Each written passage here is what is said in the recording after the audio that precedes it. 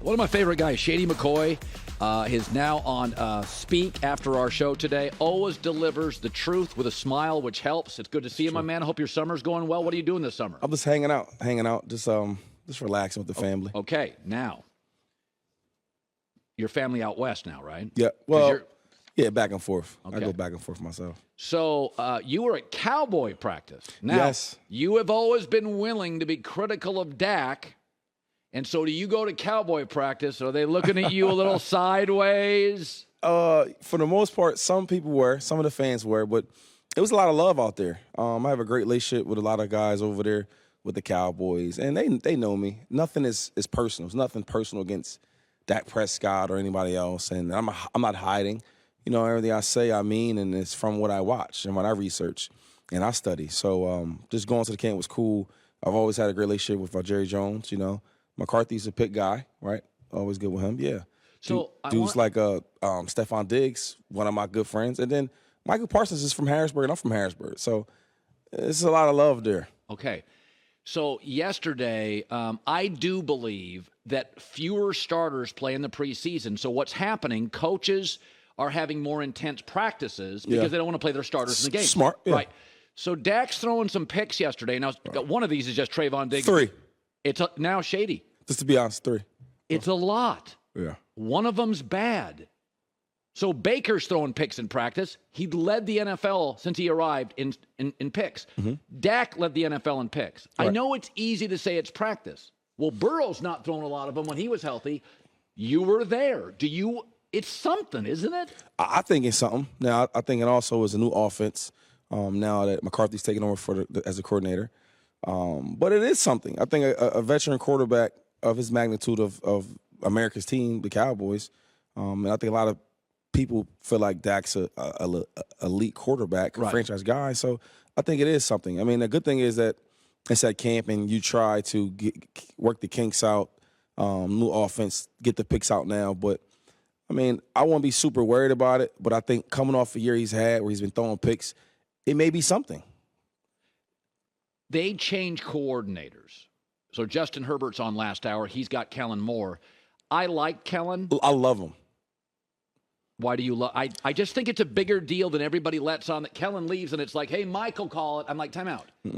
Kellen Moore was. Why do you love him? I think he's a really, really good coordinator. I just watched the way he utilizes players, the way he can get Tony Pollard in space, the type of reads that he gives Dak Prescott. See, the one thing, you know, I've been reading like a lot of things from their camp is that, you know, McCarthy wants to put the offense more on Dak, more responsibility. I understand. I get that. But with Moore, I felt like he gave him so many easy reads. And it's going to get hard. And I think you'll see the difference when Justin Herbert, how that offense rolls. And I think that he'll be even more efficient this year, and I think he'll have a better offense. I think the Cowboys will struggle, even though – and being at that camp, I've noticed so fast how talented that group is on offense and on defense. No, that defensive group, that's a top 4. Oh, my God. Dudes everywhere. Length, speed. Everywhere. Yes. And on offense. I mean, you know, you bring Brandon Cooks over there as your number 2 receiver, like that's really, really good. Tony Pollard, he looks good. Okay, he does. Right? And then an all-pro receiver in CeeDee Lamb, you have everything you need there, right? With a solid offensive line. Now, granted, we'll see what happens with Zach Martin, but overall, that's a talented offense. Okay. So I saw you were in Kansas City. You love Andy Reid. Ooh, love Andy. That's right. And Eric Bieniemy was the coordinator, and I saw a story yesterday that came out where Ron Rivera's like, his intensity is not for everybody. Now, his reputation was he didn't interview particularly well. He had a little bit of baggage years and years ago in his personal life. That aside, when I saw the story about that, my takeaway was he's intense. You got to get over it. Yeah. But you've seen more of him. Does it concern you? For me, I've said something about this in the past, and everybody killed me for it. Oh, why is he mad about this, mad about that? No, I think Eric Bieniemy, I think he'll be a good head coach because he's big on the discipline, making everybody accountable. But I never seen him as a coordinator. He never really called plays. He never installed no plays, anything like that.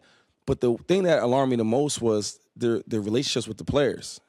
And the one thing why Andy Reid is such a great coach, obviously the X's and O's part of it, right. But he can relate to players. He can understand them. He can adjust. From when I had him at 20 years old to having him in 2019, he changed. And you got to change with the times. And I think with Bieniemy, he's still stuck in that old back in the days where the coaches is cussing the players out. And it's not how it's played nowadays. Like even with Coach Rivera talking about it, he said that's a different approach. Now, I was part of that Kansas City Chiefs championship team. Yeah. And it was terrible. That one of the first things I noticed is how he talks to the players. It's like you can't talk to these players. And if you notice all the players he has issues with, fights with, arguments with on the sideline, and if you notice when the players speak of Eric Bieniemy, they say he's a really, really good coach. You know, he's disciplined. He cares. He has your back. They don't say nothing about how he's teaching them, how he's making them better. And you never would see that because he didn't do a lot of that. When I was with him, I didn't see a lot of that. So I just think that when Rivera talked about the players that are coming up to talk to him, these ain't third-string guys. These ain't second-string guys. These are starters. Like, hey, coach, I'm all down for the tough coaching, but when you start ripping players and cussing them out and cursing them out, you're not going to get the best out of them. And I think he doesn't realize that times have changed. Yeah. You know, so. No, I mean, listen, parenting's changed. It's a different world. It's a different world. So we were talking about this, that when Brady was really in his prime, as great as Peyton Manning was and Big Ben, Brady allowed you to kind of move off players. Right. They moved off Randy Moss, and they got better. Well, like, I mean, everybody. They lost Aaron Hernandez. Mm-hmm. They were fine. Well, those are great players, right? Mm-hmm. The late Aaron Hernandez. So when I look at Mahomes, they move off Tyreek Hill. Right.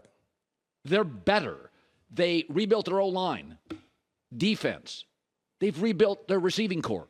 Mm-hmm. They just move off people. So when Chris Jones is doing cryptic tweets and regarding a holdout, I do think to myself, well, they started 8 rookies started on defense last year. They're all going to get better. You know that culture. You know that roster. Right. If Chris Jones doesn't come back, are they still great? They're always going to be a really, really good team because they do have Patrick Mahomes and they do have Andy Reid and Travis Kelce. They're always going to be good, right? And it's special because they got special players and special coaching. And I think Brett Veach, great GM, right? I think he'll get the deal done. But Chris Jones, man, he's special for that team. You know, as much as we talk about Patrick Mahomes and Travis Kelce. You were there when he was young, weren't you? And he was good. He's been the most disruptive defensive player other than Aaron Donald in the league. It's Chris Jones. And if you look at all the success that the Chiefs have, offensively they're going to ball out, right? And defense be up and down. But one thing about Chris Jones, when they need stops, Chris Jones to give them stops. When they need somebody to depend on, he's the one that they call. If you recall, even like from the championship games or all the big moments in the playoffs, the offense did their part. But then Chris Jones, you need that sack or need that tackle for loss. Bengals. It's him. It's him. And without him, I think they're a different team. I do. I think they're really, really good, right? I think the offense will put points up and they're going to battle with the best of them. But Chris Jones, man, he's something special. Yeah, no, he is. I've said before that if you watch sports and analytics, the world's changed. So in basketball, power forwards don't exist. If you can't hit a J, right. Tristan Thompson went from valuable to hard to play in 3 years. Yeah. Dwight Howard was a back-to-the-basket dominating player. Couldn't keep him on the floor. Right. It's like it's analytics. Yeah. Everybody wants a shooter. Even Anthony Davis now. Get outside Jokic, hit a jumper. Giannis, hit a jumper. So in the NFL, because of CTE, the NFL wrote $1 billion check. Safety enhances, right? The only player you can hit now in the league is the running back. Yeah. You can hit him from anywhere, anytime. And because of that, they're suffering more injuries longer than other players. Okay. So the analytics are telling you, do not sign running backs infrequently to second big contracts. Right. Now, you were gifted enough, Derrick Henry. There are guys. Mm-hmm. I think Saquon, especially with Daniel Jones, you got to have him in-house. I would say the Giants' offense is Saquon. But how do you view it? Do you view it, Travis Etienne's a smart young kid. He came out. Good player. And he came out and he said, I just got to diversify. I got to catch. I got to block. If you're a running back, you can't just run downhill anymore. Mm-hmm. So how do you view the whole situation? And you just said it. I think it's like the versatile running backs, the guys that don't have to leave the field. I mean, Christian McCaffrey's getting paid at the top of the market because he could do everything, right? Even Kamara had a solid contract and he could do everything. So I think it's a matter of being consistent for one and being versatile where you catch, you can run, you can block, where we need you part of this offense. I think a guy like Jonathan Taylor, he should be a guy who could stretch the market a little bit. I talked to his agent a couple months ago when they're going to have a tough battle with the Colts, but he's another guy. And then B.J. Robinson. Not Bijan Robinson. Yes. For Atlanta. Yeah, for Atlanta. So he went first round. I think that he's the type of player where, first of all, he went so early, so that should tell you something. He got drafted so early. And then watching his tape, he's special. He can run routes. He can break tackles. He's a little LT. Yes, he is. I agree with that. So I think guys like that will change, as far as the value of the running backs. But then again, also I'm learning, even in my time, where it's like the top tier guys get paid, and then the rest of the guys, they kind of just, they don't pay him as much, so. How were your contract negotiations late in your career? Oh, man, I'm a top 10 or top 5 highest paid running backs. I'm in that category. So you got yours. Yep, I had Drew Rosenhaus, so we cleaned up pretty well. And, I'm versatile running back, so, all my contracts I got was top of the market. Yeah, and they weren't bad. And I didn't go first round. Right. Like a lot of them guys did. Yeah. Okay, so we got 3 rookie quarterbacks. Mm-hmm. So I'm looking at your career. I'm trying to think of Bill. So you got young Josh Allen. Yes, baby Josh. So you had baby Josh. Mm-hmm. Mahomes. Did you get baby Mahomes? No, well, that's the thing about Mahomes, right? I got with him his second year starting.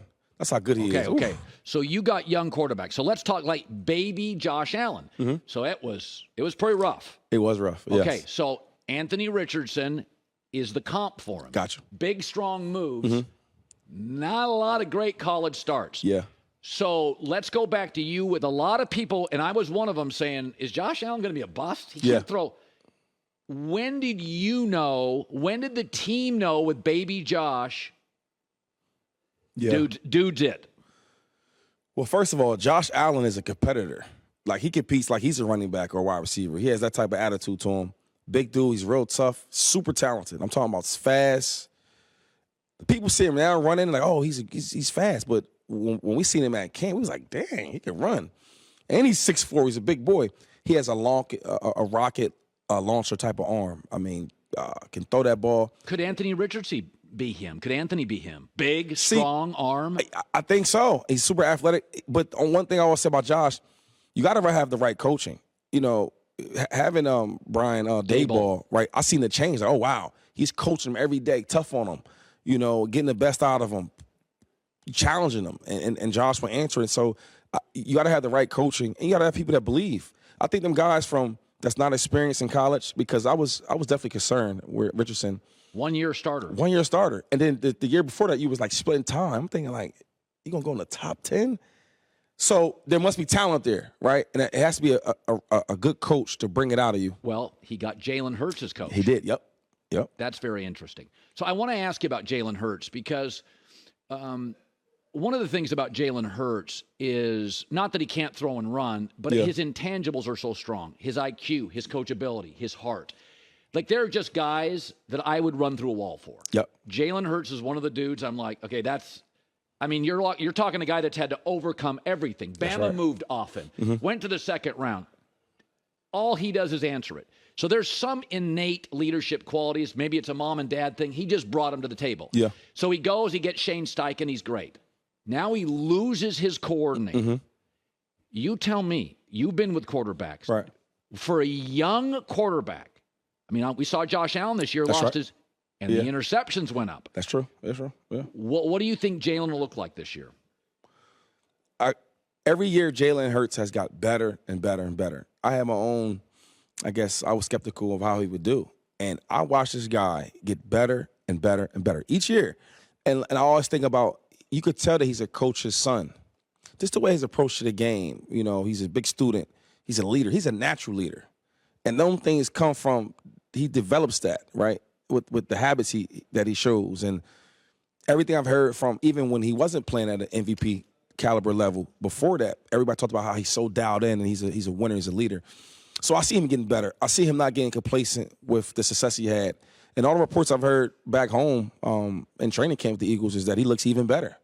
So I'm not like surprised because he's shown that through his career. He can get better and better, but he wants to.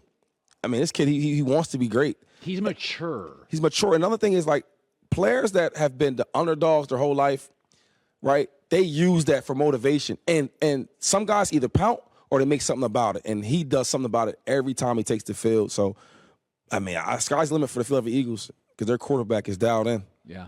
All right, a final one. Hard Knocks we'll talk about later, but Hard Knocks, New York, Aaron Rodgers. I guess my biggest concern is this, is that Aaron had a lot of control in Green Bay, and he didn't always have great defense or great receivers. He always had good protection. Right. The Packers are like the Patriots. Yes. Couldn't tell you the last bad O-line. Could be 20 years ago.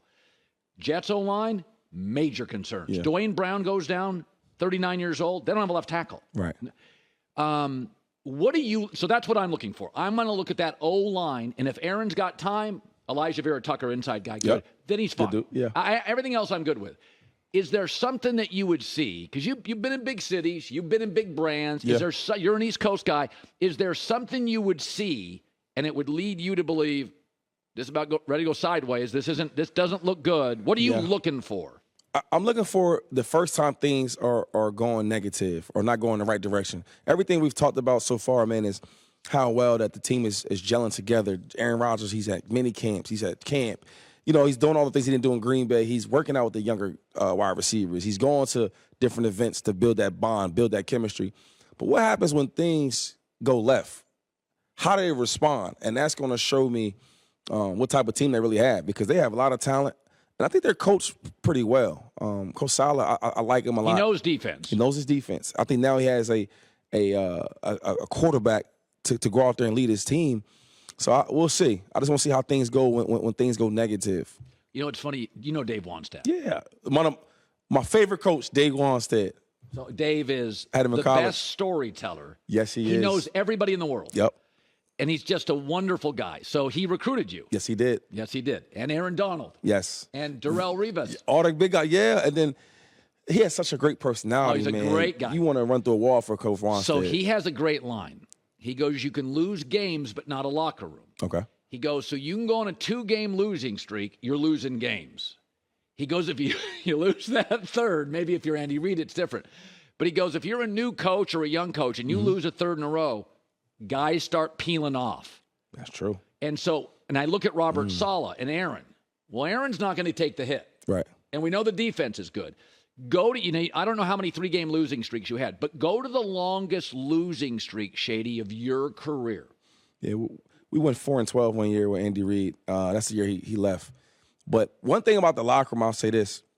If you have a good quarterback, right, that people respect, let me say that, not even the good part, but if you have a quarterback that people respect, okay, the locker room won't be lost because they'll hold on to him. So the coach will deliver the message to the quarterback, and the quarterback displays that amongst the team. Okay. And if you have that, you should be fine. I mean, at the time we had Michael Vick, and who's an excellent leader, good person, you know. And then Andy Reid is such a respectable coach that even though you were bad. Oh yeah. And then another thing is, at some point as a player, you gotta look at yourself in the mirror. Is it coach? Because he's not tackling or throwing passes, or is it us? And that particular time with Andy Reid, we're 4-12. It was more of us than Andy Reid for sure. Yeah. Hey, you're doing a great job. You're on Speak, Shady McCoy, weekdays 4:30. You know, it's interesting. As a player, you're very outspoken. Yeah. But you do it with a smile on your face, so it's never mean-spirited. How is the TV thing working? Is it weird for you to hang out with pro athletes, and they're sometimes like, hey, I saw you Tuesday. You called me out Tuesday. Yeah, What is it like for you? It's funny, because like if you know me, I always talk trash. That's been my thing. So from the barbershops to the field, and that's just who I am. But like sometimes I might say something, and players will see it. Text you? They might text me, or if I say something about their teammate, depending on how close they are with the teammate, they're like, hey, Shady, man, take it easy, or they might laugh about it. But it is different. But I like it because this is who I am. I don't hide. I'm not nothing like trying to act. This is who I am every day. No days off. Hi, everybody. Thanks for watching. Subscribe here to get the latest from the show. Also, be sure to check out more of the best clips from The Herd or go watch a few segments from other shows on FS1.